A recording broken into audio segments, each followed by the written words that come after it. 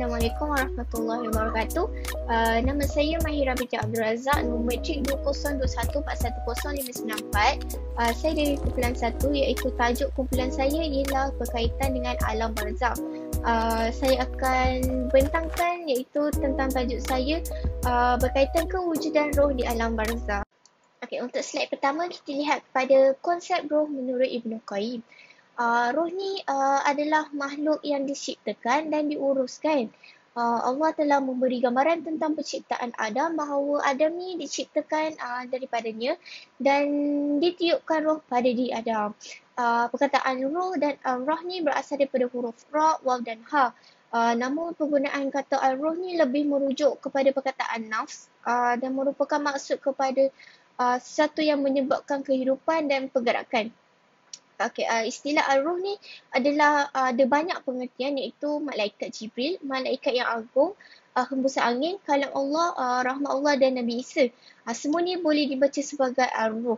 Al-ruh disebut sebagai roh dalam bahasa Melayu, iaitu jiwa serta makhluk hidup yang tidak berbadan, dan persamaan antara roh dan jiwa ni adalah bahagian manusia yang mempunyai keupayaan berfikir.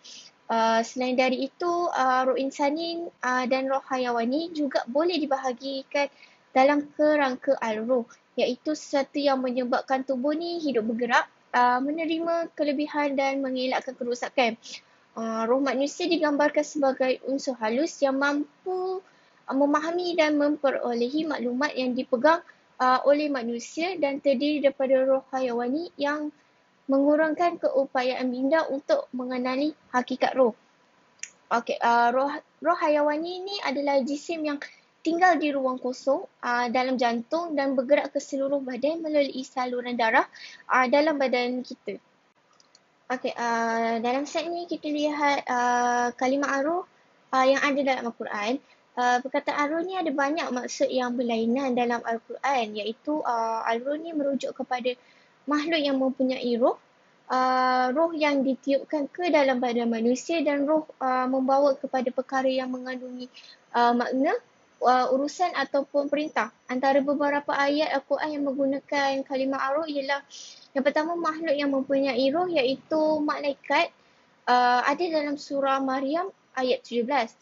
Kedua, roh yang ditiupkan ke dalam jasad manusia ada dalam surah As-Sajdah ayat 9, dan akhir sekali perkara yang mengandungi urusan atau perintah ada dalam surah Ghafir ayat 15. Jenis-jenis roh dan tempatnya. Roh manusia di alam barzakh berada di kedudukan yang bertingkat-tingkat. Di alam kubur yang bersesuai dengan tempat mereka. Yang pertama, roh para nabi mereka ditempatkan kedudukan paling terbaik di tempat yang paling tinggi. Yang kedua, roh para syuhada yang berada di celah-celah burung hijau dan ada pelita yang tergantung di langit. Roh itu boleh keluar dari syurga sesuka hati mereka, kemudian boleh kembali ke pelita itu balik.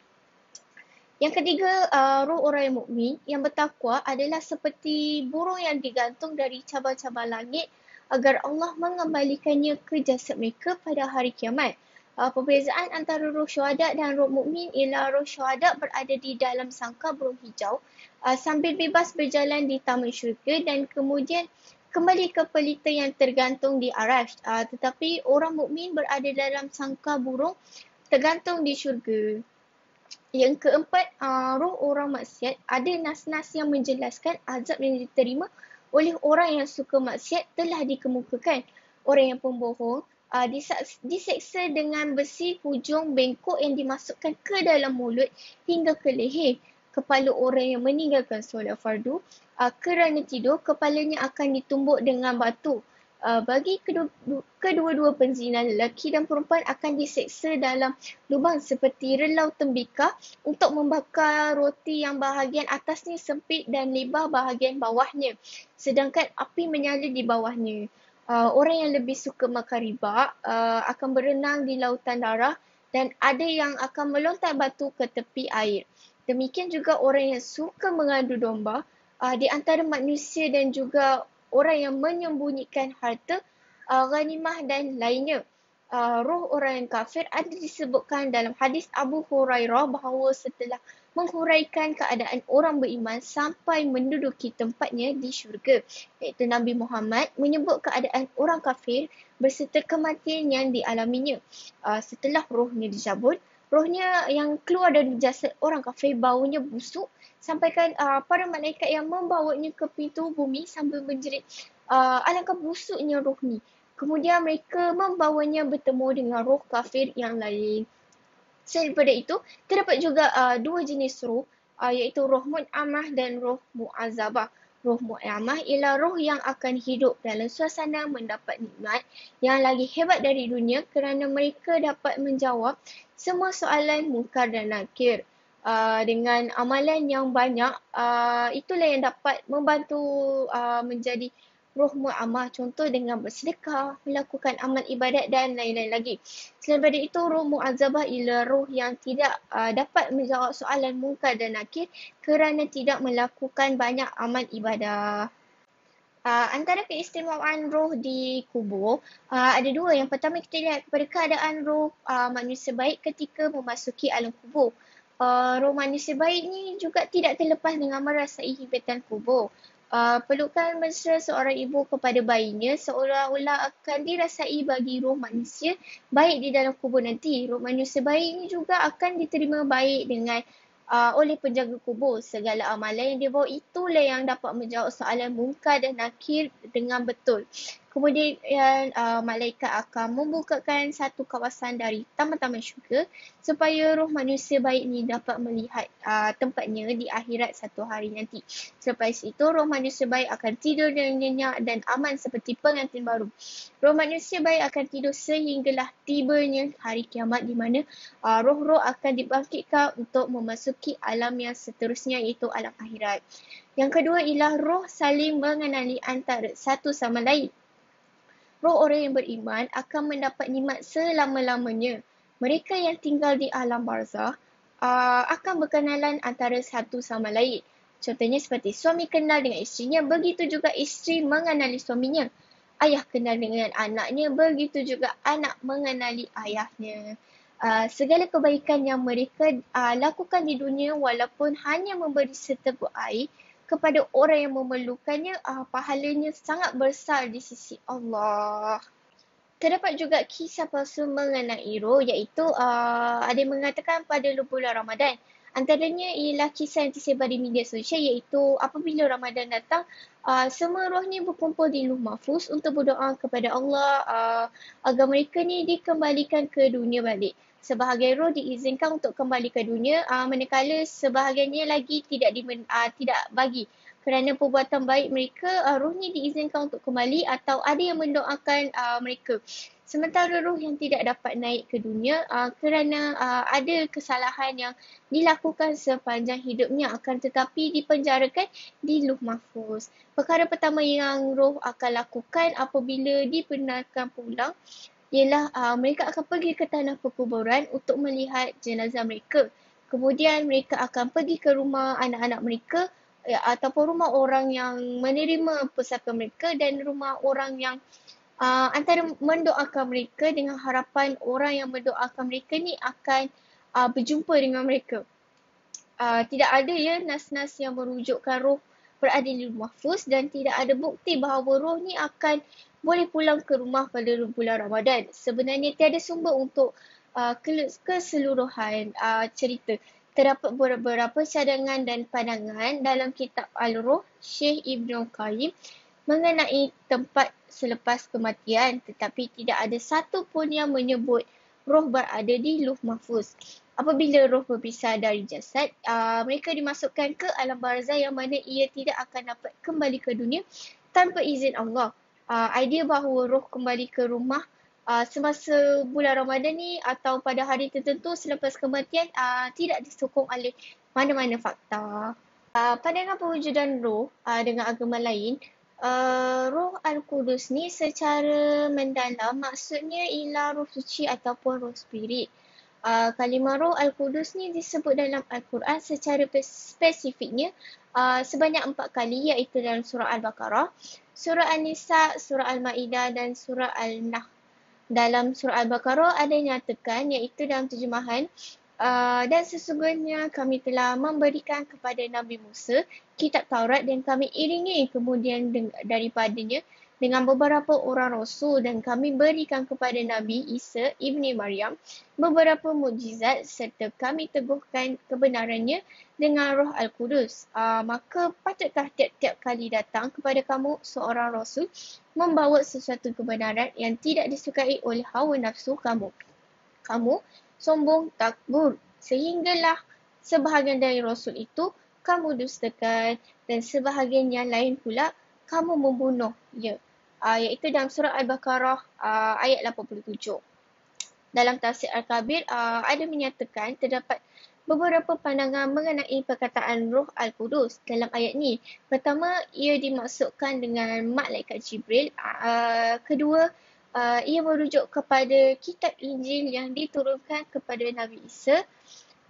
Ketiga, ianya adalah kalimah yang digunakan oleh Nabi Isa untuk menghidupkan orang yang mati sebagai salah satu mukjizat baginda. Dan keempat, ianya merujuk kepada roh yang ditiupkan ke dalam tubuh baginda iaitu Nabi Isa dan dipadankan dengan kalimah Al-Quds iaitu suci sebagai kemuliaan dan penghormatan kepada baginda. Malaikat Jibril dan Islam. Menurut Islam, Roh Al-Qudus ni merujuk kepada malaikat Jibril yang telah dibentukkan oleh Allah daripada cahaya samar, mungkin mempunyai pelbagai bentuk dan hidup di langit. Sudah tentu sebagai makhluk Allah, dia mempunyai tanggungjawab untuk mentaati perintah Allah. Malaikat Jibril adalah makhluk yang unik dan mempunyai kedudukan yang istimewa di sisi Allah. Salah satu daripada 4 ru'sa al-malaikat ialah Jibril, iaitu ketua malaikat al-uzma al-arba'ah, iaitu 4 malaikat yang agung digelar oleh Jibril, Mikail, Israfil dan malaikat maut. Perkataan Jibril ni muncul 3 kali dalam Al-Quran, 2 kali dalam surah Al-Baqarah dan sekali dalam surah Al-Tahrim. Jibril ialah nama bukan Arab yang tidak berubah kerana ia adalah kata nama khas. Dalam riwayat lain, Imam Jalal Al-Din As-Suyuti ada mengatakan bahawa Jibril bermaksud Abdul Allah, manakala Mikail bermaksud Ubaid Allah. Dalam riwayat lain, Israfil disebut sebagai Abdul Rahman. Terdapat satu tingkat yang menyatakan Jibril ni bermaksud hamba Allah. Walau bagaimanapun, diakui bahawa setiap perkataan yang berakhir dengan il mempunyai erti kata sebagai seorang hamba Allah. Holy Spirit dalam Bible. Holy Spirit ni bermaksud roh yang suci. Ia adalah satu entiti dalam idea Trinity yang dipercayai oleh majoriti orang Kristian. Pengetahuan tentang idea Holy Spirit dalam ajaran Kristian boleh dipisahkan kepada 2 peringkat. Zaman Perjanjian Lama ialah peringkat pertama dan pemahaman konsep Holy Spirit pada ketika itu Bani Israel tidak dapat membezakan antara roh dan Tuhan. Mereka akan merujuk kepada semua kekuatan Tuhan sebagai ruwaj dan semua tindakan Tuhan akan bergantung kepada ruwaj. Ruwaj ni merujuk kepada semua kuasa Tuhan yang bukan sahaja membunuh dan memusnahkan tetapi juga menghidupkan. Tuhan sebaliknya berjanji bahawa akan datang satu hari apabila semua Tuhan akan mencurahkan roh ketuhan atas hamba-Nya. Pada masa ini, Bani Israel menyedari bahawa roh Tuhan itu adalah entiti yang berbeza daripada dewa, bukan Tuhan itu sendiri.